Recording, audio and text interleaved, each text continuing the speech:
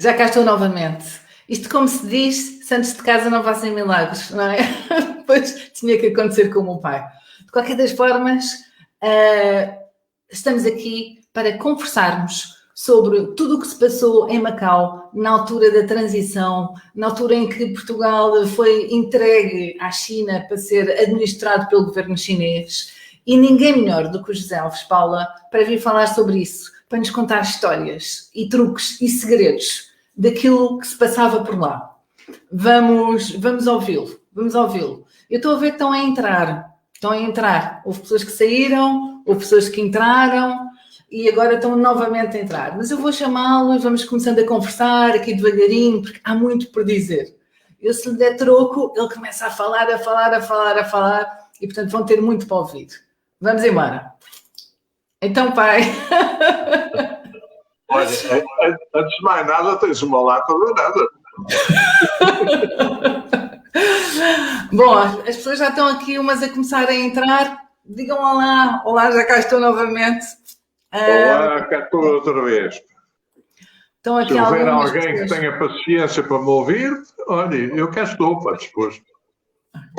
Estávamos há bocadinho a falar e vamos então recomeçar, porque as pessoas depois também vão entrando. Isto é como uma sala de cinema. As pessoas vão entrando e vão apanhando.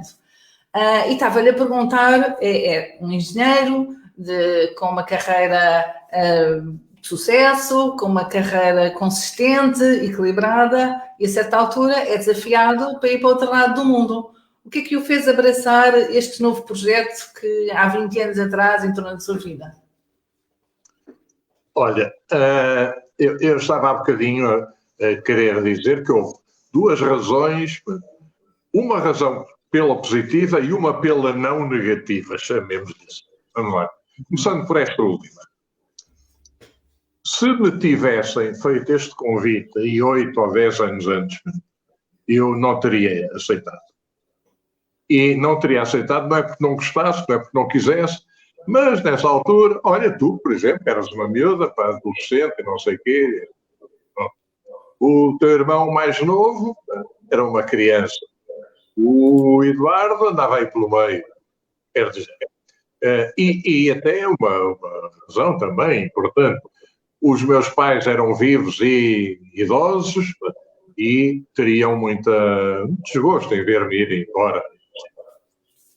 8 a 9 anos depois, o que é que aconteceu? Tu já eras uma mulher, até o Fernando, mais pequeno, mais novo, já andava na faculdade ou ia entrar, e os outros já estavam grandes, o mais velho já era casado, já tínhamos netos e tudo, Portanto, era uma oportunidade que não era negativa, chamemos assim. Quanto à positiva, eu formei-me, não foi isso que tu disseste, o sucesso, etc. e tal, mas enfim, a vida foi correndo, foi evoluindo, correu bem.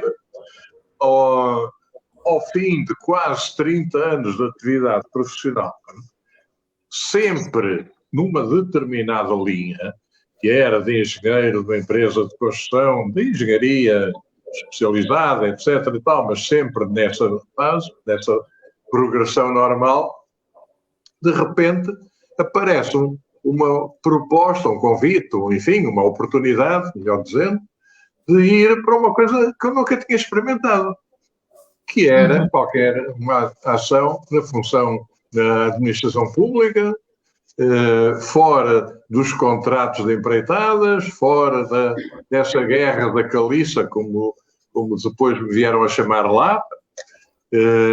Mas pronto, surgiu isso. E eu pareceu-me que era havia quase 30 anos que eu estava numa determinada carreira, a carreira estava boa, estava bem, estava sólida, eu estava muito bem, não tinha problema absolutamente nenhum, mas de repente, olha lá, e agora uma coisa desta? E o clique fez-se e pronto, e foi. E foram. Então eu sei que chegou lá e estão aqui vários alunos meus alunos de mandarim, que estão aqui a ver, a quem eu convido sempre para encontrarem o nome chinês. E sei que o pai também teve um nome chinês. Também tinha um nome chinês. Como é que isso surgiu? O nome chinês era importante? Como é que criou o nome chinês? Olha, em Macau, naquele tempo, E eu julgo que continua a ser, atenção. Mas pronto, eu realmente acabei por... Houve uma ou duas oportunidades de lá voltar, mas acabei por não voltar. Mas eu julgo que mantém-se. O Macau era oficialmente bilingue. Uhum. E, portanto, todos o português e... eu não sei se lhe posso chamar mandarim, ou se era cantonês, ou se era chinês, era qualquer coisa. De qualquer maneira, eu sei que a diferença entre o mandarim e o cantonês é mais na língua do que na escrita, porque na escrita eu creio que se não é igual, é muito, muito parecido. E então, porque era bilingue oficialmente, tudo o que fossem diplomas legais tinham obrigatoriamente que ser publicados nas duas línguas. E o chamado boletim oficial, que era uma espécie de diário da República, ou diário do Governo, melhor dizendo, não era da República, era o diário do Governo, lá era obrigatoriamente publicado nas duas línguas. Não me lembro bem, mas tenho a impressão que era a página da esquerda em português, a página da direita em caracteres. Ora bem, e os diplomas tinham que ser assinados pelos seus autores. E, portanto, os autores portugueses, entre os quais eu me fui incluir, mas todos os outros era a mesma coisa, tinham que ter um nome chinês. Pronto. Ora bem, explicaram-me isso, não? E já agora vou contar uma história para que tenha alguma graça. É que havia um organismo que se chamava, salvo erro, Gabinete de Tradução Jurídica, em que era constituído por uma quantidade de pessoas que eram grandes especialistas em língua portuguesa e em direito português e por grandes especialistas em língua chinesa, para que as traduções não tivessem dúvida. O que estava escrito em português e o que estava escrito em chinês na outra página tinham que significar exatamente a mesma coisa. Portanto, era realmente uma coisa constituída por pessoas de muito alto nível no domínio das duas línguas. E atribuía-se a essas pessoas também a função de dar nomes às pessoas, nomes chineses aos portugueses que lá iam para os cargos da administração. Aliás, repare-se que naquela altura também a grande maioria dos chineses que colaboravam ou que estavam na administração portuguesa tinham os seus nomes de origem, chineses, evidentemente, mas adotavam sempre um nome português qualquer. Quando se fala uma das pessoas mais famosas de Macau, o Sr. Stanley Ho, o grande magnata do jogo, e não só, ele só se passou a chamar Stanley porque adotou esse nome, porque o nome dele era outra coisa qualquer, que eu nem sei como é que era. Pronto. Ora bem, e então, quando eu para lá fui, em certa altura, disseram que eu tinha que ter um nome chinês, e eu disse, está bem, ok. E disseram, olha, o seu nome chinês é este. Ótimo, ainda bem.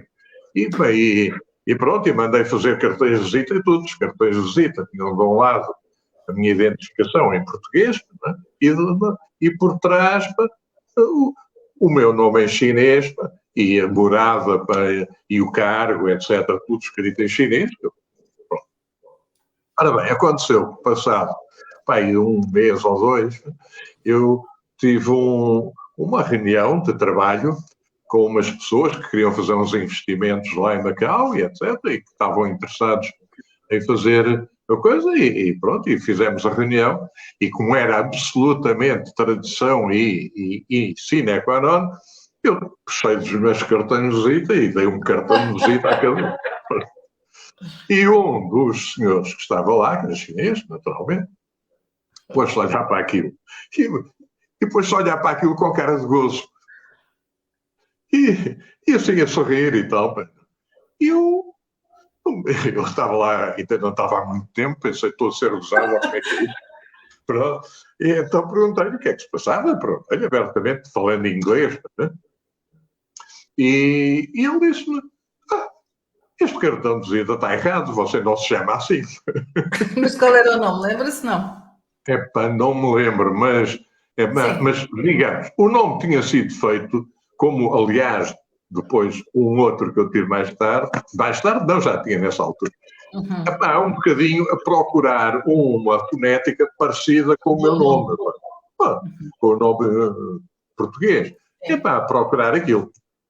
Então, mas eles puseram-se com ele e depois mostrou ao outro que estava ao lado, os dois com cara de gozo e tal. E eu, enfim, não estava a afinar ainda, mas estava quase. E perguntar-me, mas então o que é que se passa? E então, dizia-me, mas isto não é nome de pessoa, dizia-me ele. Não é nome de pessoa, é só agora. E então, o que é que isso quer dizer com isso? E ele dizia, olha, talvez um mandarim medieval tivesse um nome parecido com este. Agora, hoje em dia, nem pensar nisso e tal. Mas então, está a dizer que eu não me chamo assim, então como é que eu me chamo? Você chama-se, agora vou dizer, não sei se a pronúncia é boa, Pao Wei Li. Então, peraí. Eu tenho aqui os meus alunos que estão aí já ia mandar coisas que eu já lhe vou contar. Eu quero que me digam se esta pronúncia é boa ou não. Repita lá, se faz favor. Deve ser péssima, mas está bem, mas eu vou dizer Pao Wei Li. Pao Wei Li. O que é que acham que quer dizer? Tendo em atenção o apelido. Agora podem escrever aí. Então ficou Pao Wei Li. Pao Wei Li. Pronto. Isso foi o que ele me disse que eu me chamava. E eu disse, mas deixa lá, se o gabinete de tradução jurídica me diz que eu me chamo assim, porque é que você me diz que eu me chamo de outra maneira? Porque quando falam de si nos jornais é Pao Wei Li, não é? Não é esse outro nome assim. Pao Wei Li, ainda ninguém me respondeu aqui. Já vão ter trabalhos de casa reforçados. Pao Wei Li quer dizer Paula em cantonês, possivelmente. Porque em Macau. Quer dizer, Macau é cantonês.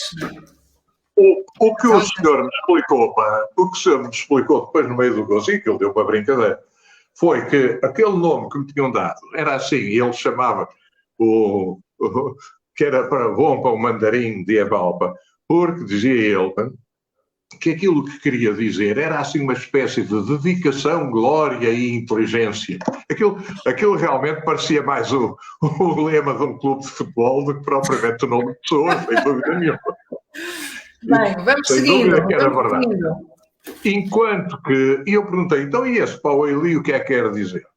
E diz-me, bem, isto quer dizer, no fundo não quer dizer muita coisa, mas Pao é um apelido corrente na China, o Wei Li é um nome perfeitamente razoável, enquanto que aquele outro, aquilo não tem pés na cabeça. Então.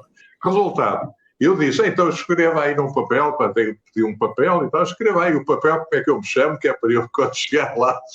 E olha, no dia seguinte, quando cheguei ao gabinete, mandei deitar fora aqueles cartões de visita todos e mandei fazer novos com o novo que eu tinha. Pronto.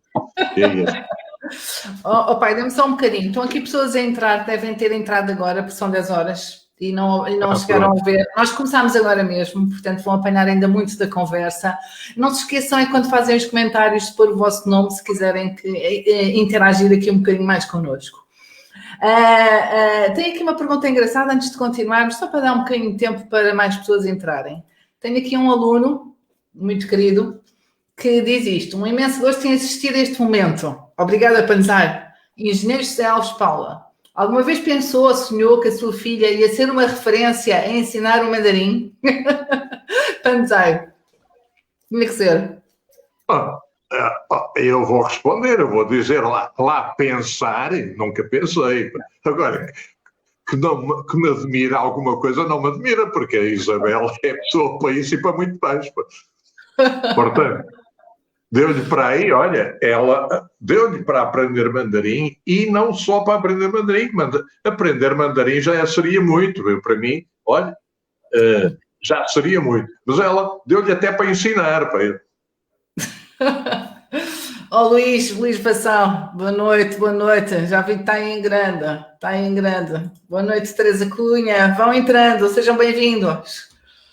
Vamos entrar aqui no ponto que eu queria, que é o ponto que me traz também mais curiosidade, que tem a ver com a transição, aqueles dias, imagino que aqueles dias de transição devem ter sido uma nervoseira, até porque depois vai explicar que havia aqueles que passaram várias vezes e a 19 de dezembro passa sempre em Portugal, na RTP1, a entrega da bandeira, a entrega do território.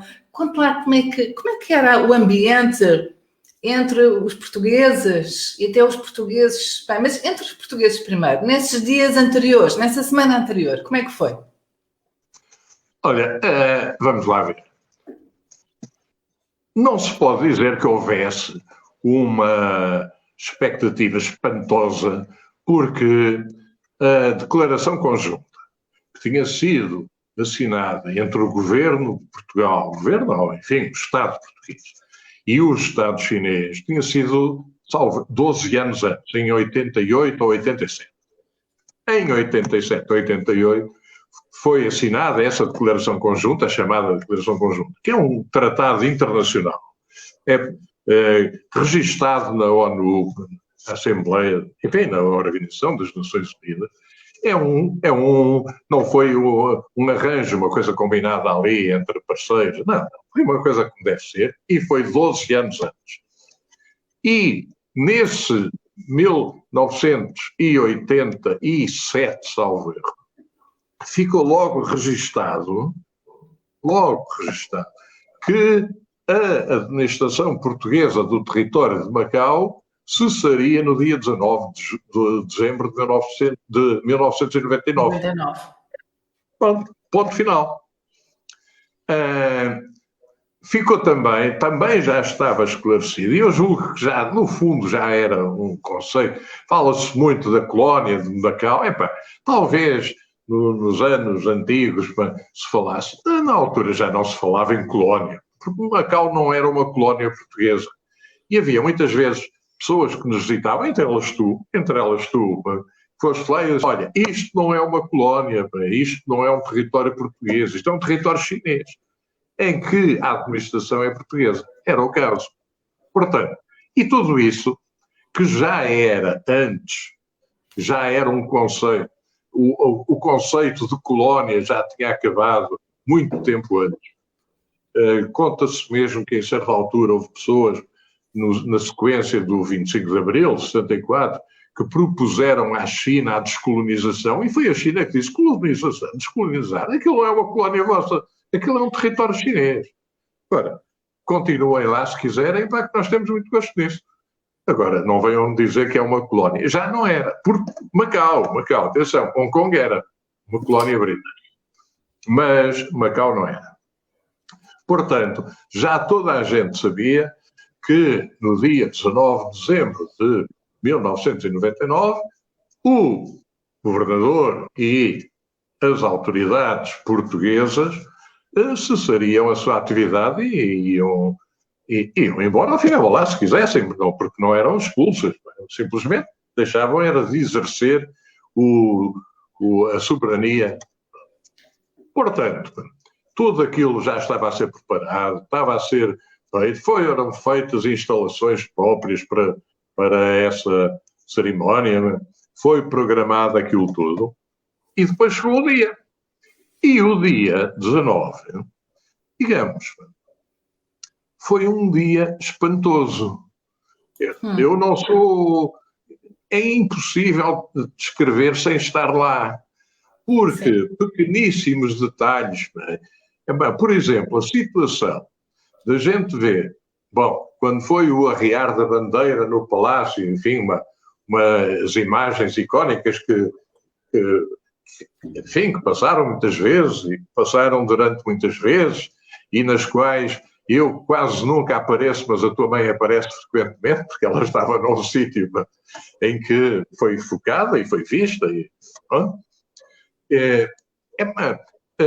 Foi uma cerimónia do arriar da bandeira, o último arriar da bandeira, o último oficial, no Palácio do Governador, e tudo aquilo correu muitíssimo bem, porque quando foi o arriar da bandeira, a guarda de honra foi prestada por uma companhia de chineses de lá de Macau, da polícia, não foi tropa, não entrou tropa, não entrou nenhuma tropa de ocupação, chamemos-lhe assim, chinesa, antes do dia 20. No dia 19, não. Era a Polícia de Segurança Pública de Macau que fez a Guarda de Honra. Polícia de Segurança Pública de Macau, que era 99% de chineses. E com a banda de chineses a tocar o hino nacional, quando foi arriar da bandeira. E isto tem um significado muito grande. E as pessoas que estavam ali, estavam a assistir àquilo, estavam a perceber que, de facto, estavam a assistir, e eu, entre eles eu, a assistir a um acontecimento absolutamente histórico e único. Porque, no fundo, aquilo era o último arriar da bandeira portuguesa fora de Portugal. Não incluindo o último. Já tinha havido o arriar da bandeira em Angola, que deve ter sido também uma coisa emocionantíssima, em Moçambique, etc. Mas aquele era em Macau, e era o último, e era numas condições de grande consideração e estima mútua. Porque os portugueses podiam lá ficar, e ficaram, e os chineses já lá estavam, e tudo correu bem, mas agora a administração portuguesa acabou.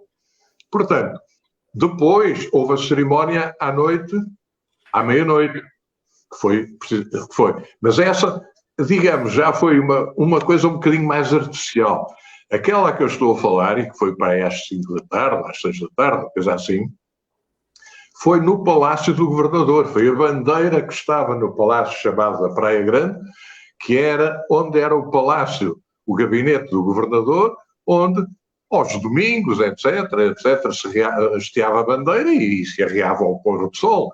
E naquele dia foi isso, mas com todo um estadão, com toda uma cerimónia absolutamente espantosa. É engraçado porque vou aqui avisar as pessoas, eu descobri um vídeo, são 5 minutos no YouTube, e depois ainda hoje vou partilhar para vocês verem esta tal cerimónia da bandeira, do hastear da bandeira, e onde se vê realmente essa emotividade, e uma senhora que chora muito, que é a minha mãe. É engraçado. E que passou pelos canais televisivos todos na altura. Mas acreditamos perfeitamente que eu não estive lá, mas que o peso emocional deve ter sido enorme. E estava a dizer que houve um grande respeito nessa entrega, nesses momentos. O que é que os portugueses têm a aprender com os chineses e vice-versa? Filha, vamos lá ver. Se vamos pensar naquilo que se passou em Macau, nesses dias, eu tenho a impressão que não se pode dizer que os portugueses tenham muito que aprender com os chineses, nem vice-versa, porque houve, de facto, um respeito, uma consideração e uma estima muito, muito grande. Quando esse dia chegou, tinha havido uma coisa a que se chamava a localização dos quadros. De facto, quando foi assinado a declaração conjunta, durante uns anos, a esmagadora maioria dos quadros superiores da administração pública de Macau eram portugueses, deslocados daqui. Pronto. E estava perfeitamente claro que no dia 19 de dezembro isso ia ser ao contrário. Não seriam portugueses deslocados daqui. Repara uma coisa, não significa que os portugueses não pudessem ser quadros superiores da administração de Macau. O que não eram deslocados daqui. Houve vários diretores dos serviços meus, um ou dois, e de outros serviços, que ficaram lá. E que ficaram lá portugueses, absolutamente, chefiando serviços ou direções de serviço da administração pública. E alguns, por exemplo, eu recordo-me que alguns aspectos importantes, por exemplo, o diretor-geral de finanças era português e continua a ser, ficou, porque era uma coisa importantíssima em Macau, como o Portugal, claro. E o do turismo, a mesma história. Pronto. E vários outros. De maneira que tudo aquilo correu de uma maneira extraordinariamente simpática, mesmo, inclusive, em condições de relacionamento que havia, sei lá, por exemplo, quando acabou a cerimónia da transferência de soberania, eu fui diretamente, eu e a mãe, para o aeroporto, para apanharmos o avião para vir embora. E, naturalmente, que fomos no carro que já não era o meu, mas que me foi posto às ordens para ir. E o condutor, que tu ainda conheceste, que também lá foste, ficou abraçado a mim, a chorar e etc. E eu nunca lhe fiz nada de muito especial, mas pronto, estávamos bem, éramos... Portanto, tudo aquilo correu muito bem. Quem lá ficou, ficou. Eu, nessa localização de quadros, eu tive, e calhou-me isso a mim, naquele setor, que substituir diretores gerais, que lá havia, diretores, chefes de departamento, chefes de divisão, etc., portugueses por chineses, que iam lá ficar. Um ou outro foram portugueses, ficaram, como disse há pouco, mas a maioria eu tive que os nomear. E nomeados por mim, eu fico com tenho uma satisfação grande de saber que, pelo menos, uma das pessoas ainda hoje é diretora e outros ficaram uns anos. Quer dizer, não houve despedimentos, não houve perseguição, não houve este é português, vai-te embora, não houve nada disso. Efetivamente, os que ficaram, ficaram. Os que eu nomeei chineses ficaram e continuaram. Não houve um conceito de dizer este foi nomeado pelo português, portanto vamos substituí-lo. Não houve isso. Então, inclusive, alguns ficaram lá uns anos portugueses. Não houve aquela sensação, então, do adeus ou vai-te embora? Não houve. Não houve a sensação do adeus ou vai-te embora. Não houve. Houve uma sensação de, pronto, ok, é a altura de ir embora porque ficou isto combinado, isto é nosso, agora, pronto, obrigadinho, até à volta. Houve isso. E eu por acaso, Isabel, nunca mais voltei a Macau. Tive pena, tive a oportunidade uma vez ou duas, mas depois agoraram-se as oportunidades. Mas houve vários colegas meus e colegas, enfim, que faziam parte do governo, que eram também secretários adjuntos, e que voltaram lá e foram muitíssimo bem recebidos.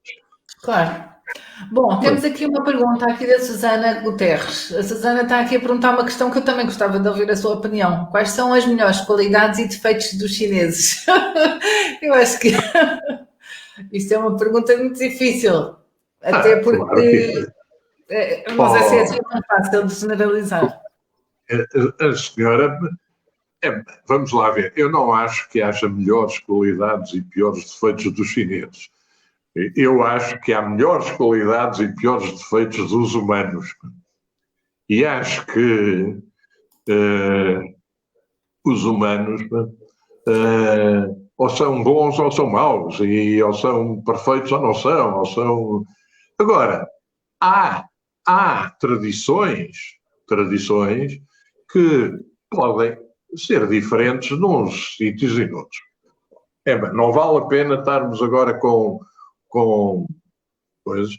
Toda a gente sabe que na Europa há uma consideração pelos direitos humanos maiores do que o que há nos povos orientais, em geral, e na China, em particular. Pronto. Em Macau, esse aspecto é profundamente ocidental. Em Macau havia, de facto, já no nosso tempo, havia um salário mínimo, havia assistência social, havia coisas que, na altura, não havia tanto no mundo oriental. Mas isto é uma questão, não é uma questão de defeito ou de virtude das pessoas. Isto é uma questão de organização social. Portanto, conheci lá os chineses, que eram pessoas encantadoras. Mas, se calhar, conheci lá um ou outro português que não era nada encantador. Não, eu não vou... Senhora, como é que disseste que a senhora se chamava? Que fez a pergunta? Era a senhora Dona... Tu agora paraste. Não sei se me estás a ouvir, mas agora a tua imagem está parada. Estou? A tua imagem estava parada. Não sei se ouviste o que eu disse. Ouvi quase tudo. Parou um bocadinho. Portanto, eu estou a dizer que não sou capaz de falar em qualidades e defeitos dos chineses diferentes dos ocidentais, ou dos portugueses, ou dos africanos, ou do que quer que seja. As pessoas são boas ou são más, e há pessoas muitíssimo boas em todo lado. Depois há certas tradições e certos costumes que podem variar de um lado para o outro. Ok. Olha, temos aqui a Zizi, está aqui. Olá, Zizi, boa noite, está aí a entrar também. A Zizi, sua afilhada. Ah, Zizi, olá. Está aqui também, Augusto, também está aí a ver. Qual é a melhor recordação que tem desses tempos de Macau? De Macau, não é desses tempos. A melhor recordação. Ai, meu Deus. Olha, a melhor recordação que eu tenho de Macau foi ter lá estado 3 anos. Isto pode parecer um bocado disparatado, mas foi, de facto, uma experiência absolutamente fantástica. Eu tive várias experiências fantásticas ao longo da vida, atenção. Uma delas foi ter estado 1 ano na tropa, no mato, no norte de Moçambique, lá perdido no meio daquele mato todo, mas junto de uma população local, paupérrima, com certeza, que foi uma experiência fantástica. Outras foram experiências que eu tive em Moçambique, também, ou noutros locais. E a experiência de ir fazer parte de um programa, de um projeto,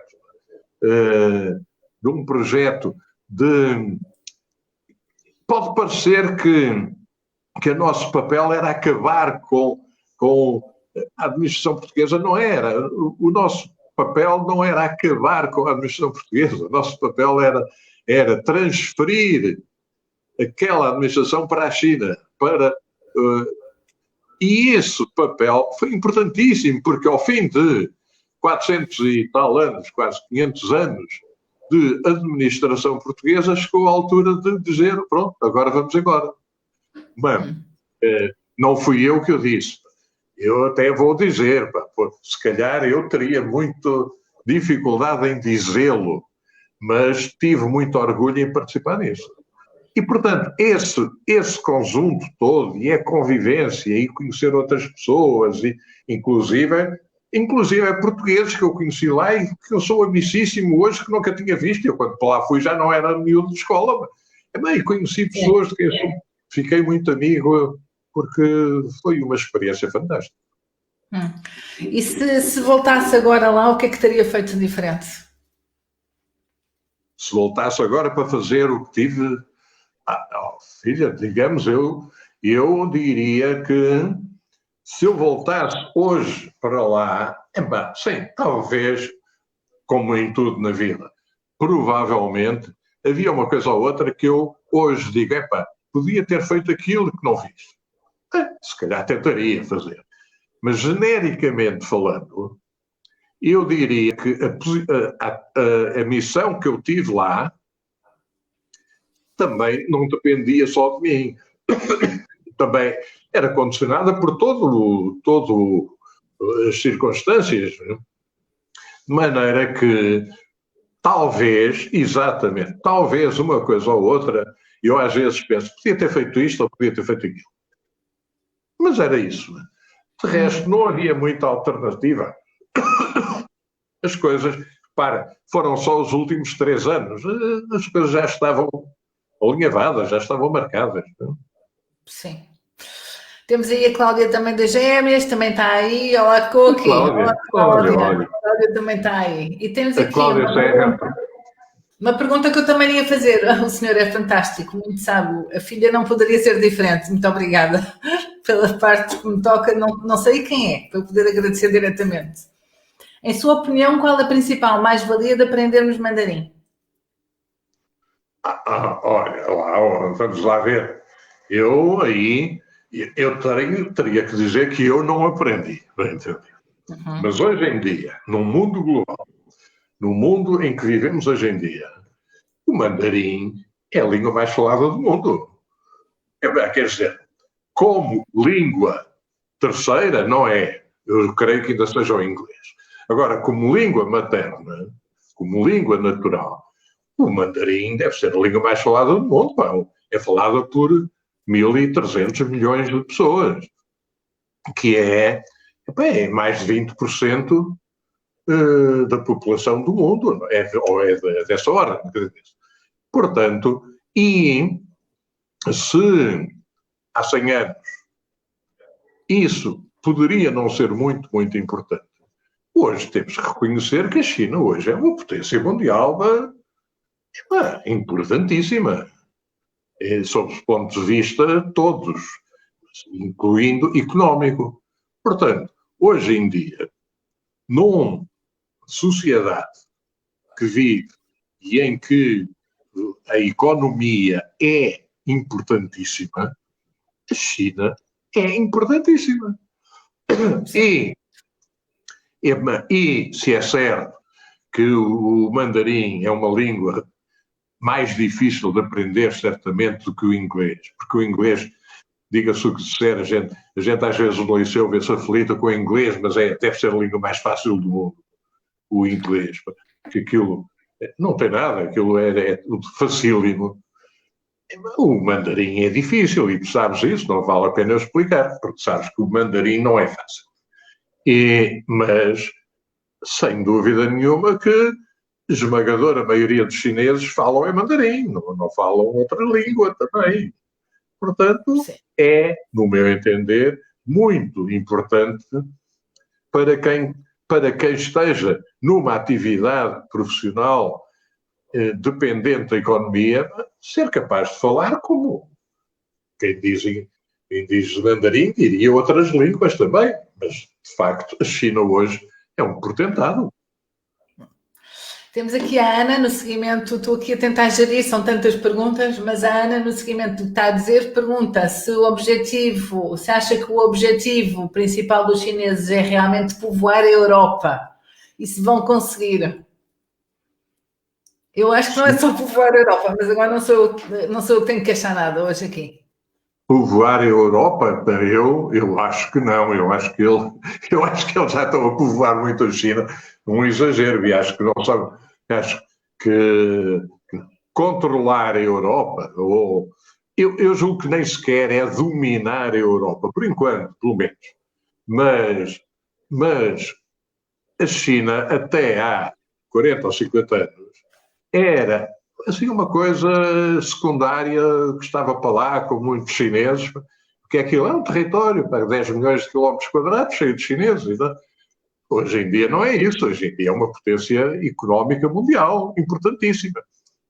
E eu julgo que eles não precisam de dominar a Europa, nem de controlar a Europa, eles precisam unicamente e julgo que estão a fazer por isso, e provavelmente vão conseguir, é apresentar as suas condições também, dizer, não, nós já não somos o tipinho que anda com o chapéu de palha e não sei o quê e tal, a comer arroz. Não, já não, isso acabou.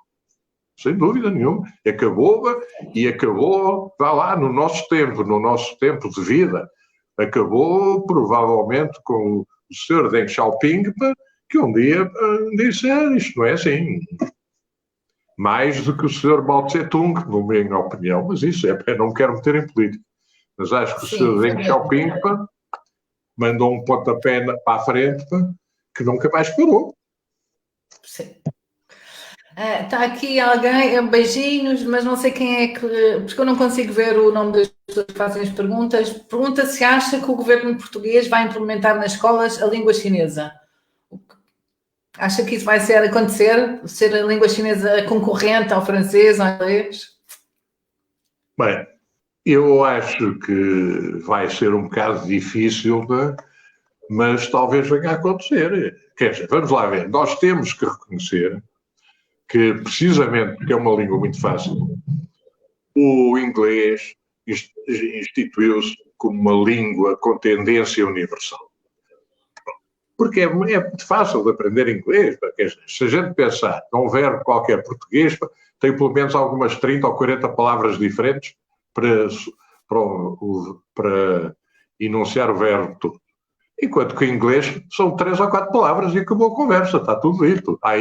I love, you loved, he loves.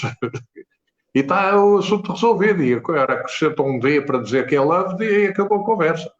Em português, sabemos o que é. Portanto, e porque a potência, grande potência, a superpotência europeia, inglesa, dos séculos XIX, XVIII, XIX, se veio a suceder a superpotência americana que falam a mesma língua, embora o Sr. Churchill achasse que eram línguas diferentes, segundo se conta, a verdade é que o inglês já está estabelecido como uma língua universal. Há bocadinho eu dizia, a língua mandarim, na minha opinião, o mandarim é a língua mais falada do mundo em termos de naturais, de língua materna. Agora, a língua que mais gente fala no mundo é o inglês, sem dúvida, hoje em dia. Pronto. Em qualquer sítio que a gente fala inglês e mais ou menos alguém entende. Mas se um dia vai ser o mandarim, o problema do mandarim vai ter que passar provavelmente por a adoção que eu não sei se eles querem e se fomentam, de um alfabeto mais fácil do que os caracteres. Perguntam aqui. Deixa eu só dizer, é relativamente fácil aprender uma dúzia ou duas de palavras. Agora, aprender a escrevê-las é muito mais difícil. Acho eu, penso eu. Chegou a se lembra como é que se conta em cantonês? Yati Sam Sei Nhum Lok Pat Cansap. Isso não é assim, é possível. Como veem, quem é meu aluno, e como veem, isto não tem nada a ver com o que nós aprendemos em mandarim. Cantonês e mandarim é completamente diferente, como estou farta de vos dizer. Já agora, vou-te dizer uma coisa. Posso também mandar os meus bitates? Sim, sim. Ora bem, eu, em certa altura, fui a Xangai. E eles lá falam uma outra língua completamente diferente. Mas o jornal é o mesmo. É tal história, não é?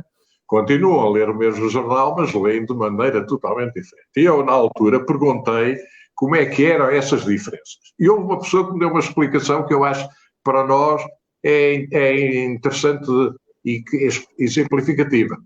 Que é o seguinte. Dizia-me ele, o mandarim e o cantonense são duas línguas diferentes. Um cantonense não entende o mandarim, se não aprender, e vice-versa, mas são línguas diferentes como o português e o francês. Uhum. A raiz é a mesma. E, portanto, pronúncias completamente diferentes, mas as palavras são relativamente parecidas, porque têm uma raiz semelhante. Portanto, o português, o cantonense e o mandarim seriam como português e francês. Enquanto que com o de Xangai é como se fosse alemão. Já não tem nada a ver. É que, embora se escreva da mesma maneira, as palavras nem parecidas são. Sim, eles não se entendem, andam de caderninho. Não entendem. Escrevem da mesma forma. A Fátima está aqui a perguntar se o senhor engenheiro José Alves Paula se comunica em mandarim com a sua filha. Não. Não se comunica. Às vezes é difícil comunicar em português. Pois. Em português já não é fácil, quanto mais em mandarim. Estava aqui uma pergunta de alguém, eu vou aproveitando as perguntas. Se acredita que a China vai chegar a ser, vou fazer um comentário a isto, a primeira potência económica mundial usando a sua nova rota da seda. Não é se vai chegar a ser. Eu já não sei quem é que fez esta pergunta. Já é a primeira potência mundial. Quem ainda não percebeu isto está distraído. O que é que acha? Isso achas tu. Eu não sei se já é. Apesar de tudo, não sei se é. Agora, que tenta ser e que já passou a ser, de facto, uma grande potência, em termos... Eu também não sei muito bem como é que se mede a grandeza de uma potência económica. Se for pelo... PIB. Não, é que se for pelo produto interno bruto global, é possível que já seja. Sim. Se for pelo processo, pelo produto interno bruto per capita, eu duvido que seja e que venha a ser a muito curto prazo. Embora, sim, as mãos no fogo. Sim, per capita não é, mas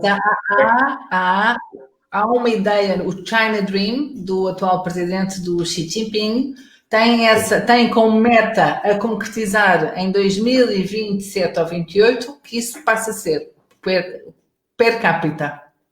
Enfim, mas o PIB hoje em dia é o maior PIB. Hoje em dia, julgo que já é. Mas é preciso ver que entre as grandes potências mundiais económicas, a gente pensa na China com 1.300 ou 1.350 milhões de habitantes e pensa nos Estados Unidos com 300.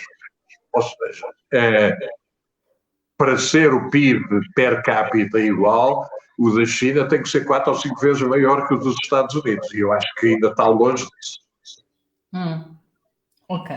Tem aqui uma pergunta também interessante, não sei quem é, mas boa noite, uma vez mais pergunto-se, da mesma forma, o governo proporciona benefícios aos cidadãos chineses que em Portugal queiram investir com alguma isenção de impostos. Isto tem a ver a questão sempre dos chineses estarem isentos de alguns impostos em Portugal. Não é relativo, mas se o mesmo acontece a portugueses que se queiram instalar e prosperar na China, mais propriamente em Macau. Ou seja, eu acho que esta pergunta se pode traduzir no sentido de perceber os portugueses que iam viver para Macau tinham realmente privilégios a nível de impostos? Os portugueses que iam viver para Macau não tinham, eu não sei se tinham, eu julgo que não tinham privilégio. Agora, em Macau havia um sistema fiscal, um regime fiscal mais brando do que em Portugal. Isso havia, mas não era para os portugueses, era para todos, era para as pessoas de Macau. Por exemplo, eu tenho uma vaga ideia, já não sei, repara uma coisa, eu fiz parte de um grupo de pessoas que não pagavam impostos lá, porque as nossas remunerações já eram isentas de impostos, ou já, sei lá, era o líquido que a gente recebia, portanto já não tinha que pagar mais impostos. Mas as pessoas lá pagavam impostos. Agora, eu julgo que pagavam menos impostos do que o cidadão médio que vive em Portugal. Porque lá havia uma fonte de receita muitíssimo importante, que eram os impostos sobre o jogo, que cobriam uma parte muito importante do orçamento do território. Eu tenho uma vaga ideia que a pessoa normal pagava, o sistema era muito mais simples que aqui, não havia tantos impostos e taxas e taxinhas como há aqui, não, ali a ideia que eu tenho é que pagava, por exemplo, 15% sobre o que ganhava, e acabou a conversa e não se fala mais nisso. Ou 15 ou 20, não me lembro bem do nome, mas era muito mais simples.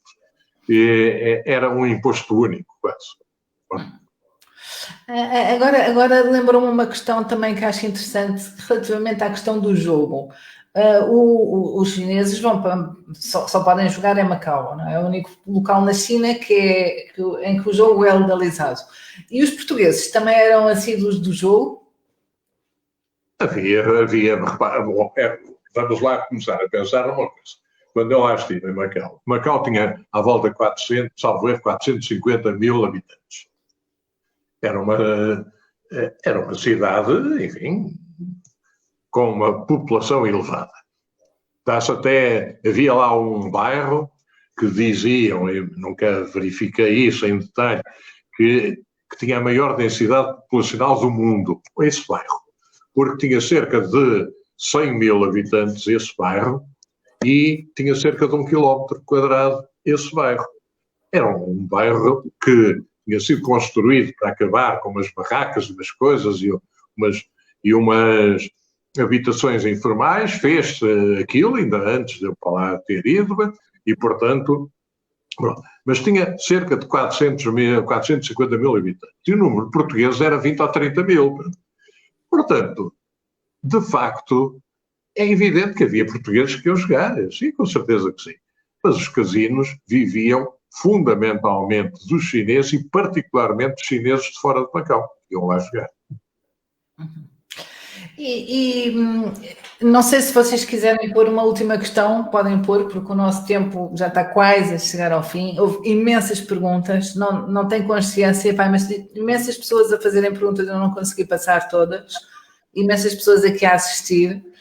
Uma coisa que me faz alguma espécie, não fui muitas vezes, fui lá poucas vezes, a Macau concretamente, mas as vezes que fui nunca senti muito que houvesse uma grande socialização entre uma parte da vida social portuguesa com a chinesa. Porquê que isso acontecia? Ou porquê que não acontecia neste caso? Quer dizer, não socializavam, não se integravam, não se misturavam?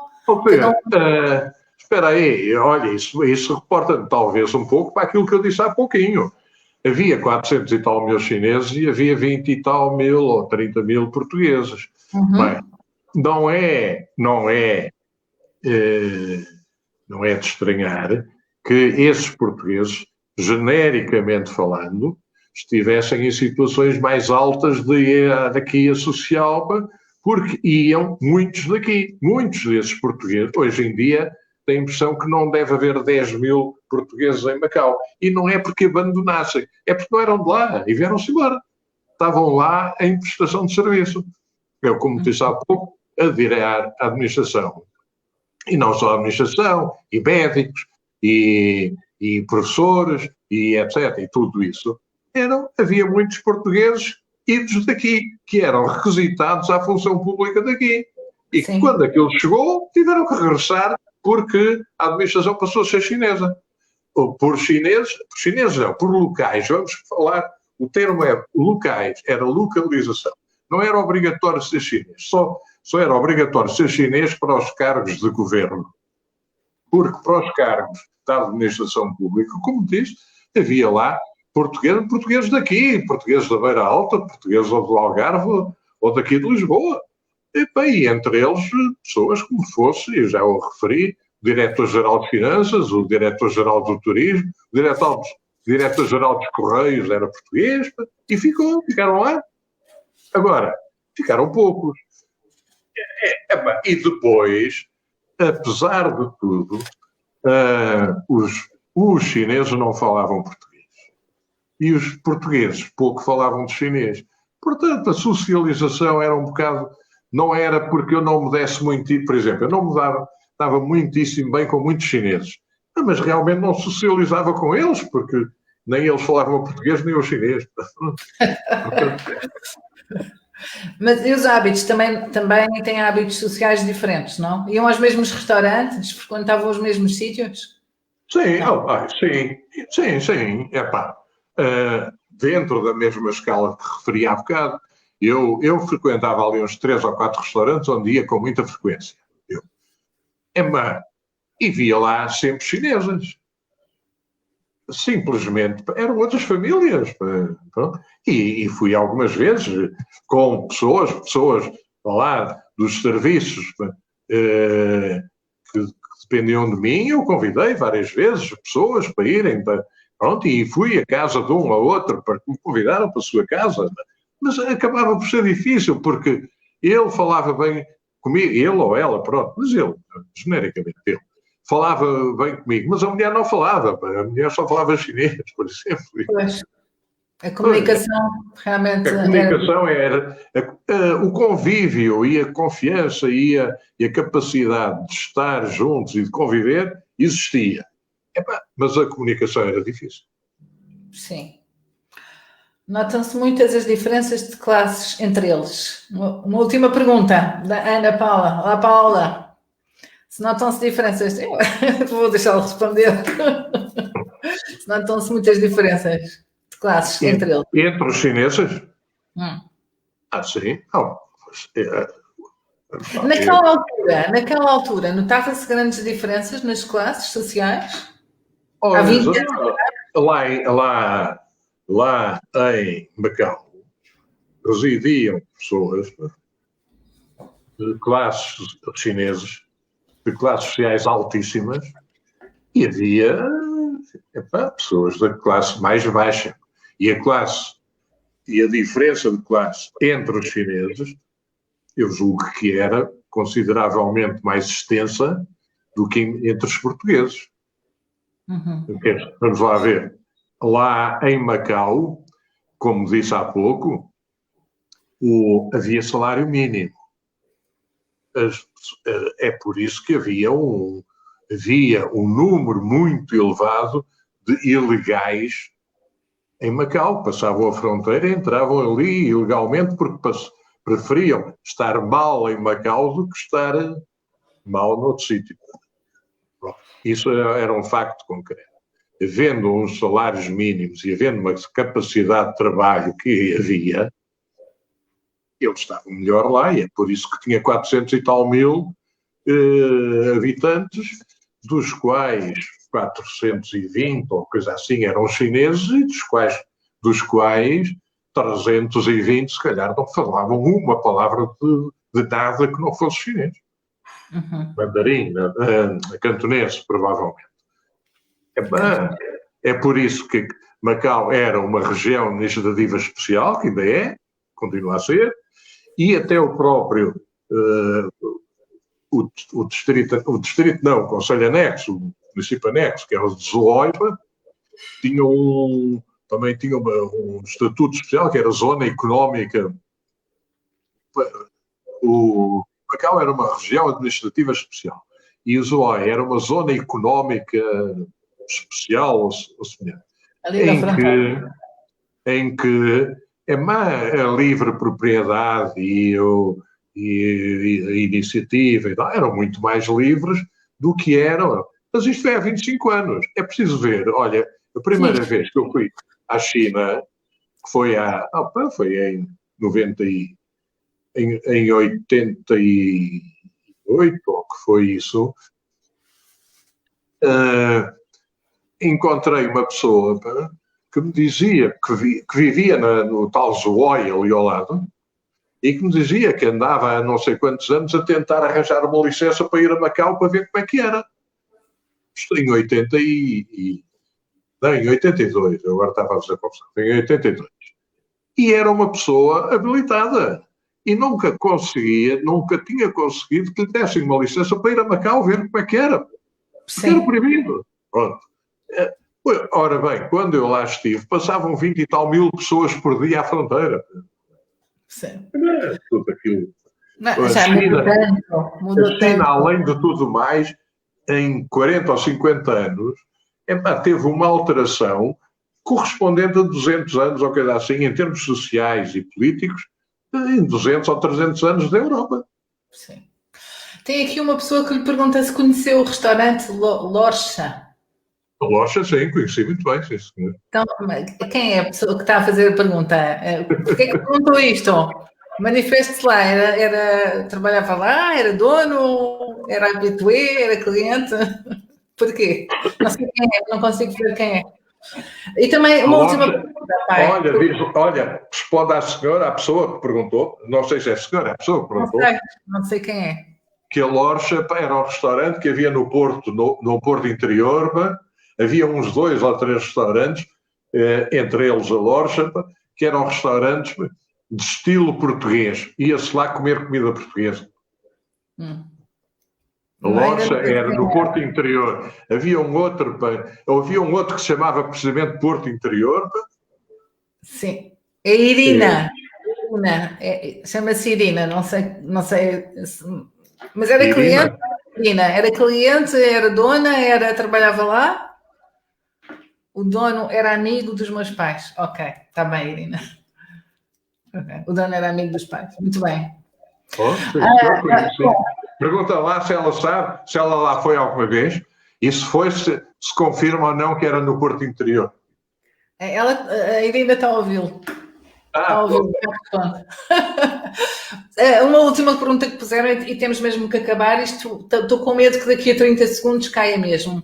Também aqui a Fátima Lopes estava a perguntar se chegou a aprender a comer com pauzinhos. Olha, não.